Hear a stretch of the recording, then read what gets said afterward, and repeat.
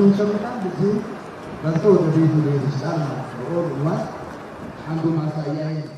በሁለተኛው ዙር በአዲስ አበባ ከተማ በተከናወነ የብልጽግና ፓርቲ ስልጠና በርካታ የፌዴራልና የከተማ አስተዳደሩ አመራሮች ለቀናት የዘለቀ ስልጠና ሲወስዱ ቆይቷል። ከስልጠናው ባሻገርም በተለይ በመዲናዋ በቅርብ ዓመታት የተከናወኑ ዘርፈ ብዙ የልማት ስራዎችን ተዘዋውረው ጎብኝቷል። በጉብኝታቸው ወቅትም በመዲናዋ የተመለከቱት በአጭር ጊዜ የተሰራ የልማት ስራ ከጠበቁትም በላይ እንዳስደመማቸው ገልጿል። የኮሪደር ልማት፣ የወንዝ ዳርቻ ልማት፣ የሳይንስ ሙዚየምና የሆስፒታሎች ግንባታ አንድ ከተማ ለመባል ማሟላት የሚገባትን ግብዓቶች እንድታሟላ እንዳደረጓት የኢፌዴሪ ፍትህ ሚኒስትር ወይዘሮ ሀና አርአያ ስላሴ ገልጿል።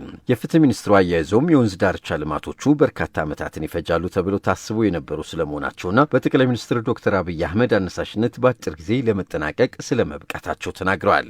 በእነዚህ ሁሉ ልማቶች ያየናቸው በከተማችን በጣም ትልልቅ ሀብቶችን ለብዙ ጊዜ ሳንጠቀምባቸው ተሸፍነው የቆዩትን ገልጦ ማሳየት መቻል፣ ተፈጥሮን በደንብ መጠበቅ ያስቻለ አዲስ አበባ ከተማ እነዚህ ሁሉ ያሏት የወንዝ ሀብቶችን ለብዙ ጊዜ እንደ ሀብትም ሳንቆጥራቸው የቆዩ በጣም ዕዳ የሆኑብን ነበሩ። እሱን ቀይሮ እነዚህን ሁሉ ደግሞ በተቀናጀ መልኩ አሁን የዘውዲቱ ሆስፒታልም የኮሪደር ልማቱ በጎኑ ማለፉ በጣም ትልቅ ፋይዳ አለውና በተለይ የወንዝ ዳርቻ ልማቱ ከታቀደ ክቡር ጠቅላይ ሚኒስትር እንደ እቅድ ተይዞ ለብዙ ዓመት ሊሰራ የታሰበ ነበረ።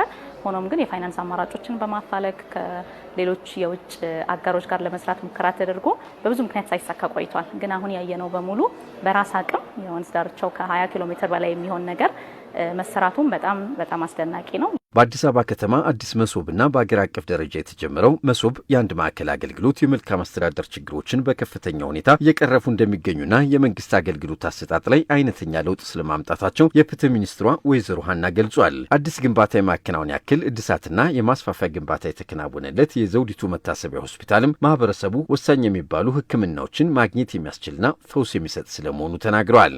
አንድን ከተማ የሚያስብለው ሌላኛው ነገር አገልግሎትን ማግኘት ነው፣ ከመሰረተ ልማት ሌላ ማለት ነው። ስለዚህ በአዲስ መሶብ በፌዴራልም ያለው መሶብ በአዲስ አበባ ከተማም አሁን የተጀመረው የመሶብ አገልግሎት ዜጎች መሰረታዊ የሚባሉ አስፈላጊ አገልግሎቶቻቸውን ሁሉ በአንድ ቦታ ማግኘት የሚያስችል ነው። የዘውዲቱ ሆስፒታልም ልክ ከተማው ላይ እንዳነሳ ነው በፊት ግቢውን ጨምሮ ለተገልጋዮች፣ ለህሙማን፣ ለጠያቂዎቻቸው በጣም አመቺ ያልሆነ ቦታ ነበረ። አሁን ያየነው ኢንቨስትመንት ግን ለዜጎቻችን ለህብረተሰቡ በጣም ወሳኝ የሚባሉ የጤና አገልግሎቶችን ማግኘት የሚያስችል በተለይ ካየነው ሁሉ በጣም ደስ ያለኝ የኦክሲጅን ምርቱ ይሄ ብዙዎቹ ሆስፒታሎቻችን የሚቸገሩበት ነበረ። ግን ዘውዲቱን ጨምሮ አሁን በሌሎችም ሆስፒታሎች እየተሰሩ ያሉት እነዚህ ኢንቨስትመንቶች በጣም ክሪቲካል የሆነ ወሳኝ የሆነ አገልግሎት ለሚፈልጉ ዜጎች በጣም አፋጣኝ ምላሽ መስጠት የሚያስችል ነው።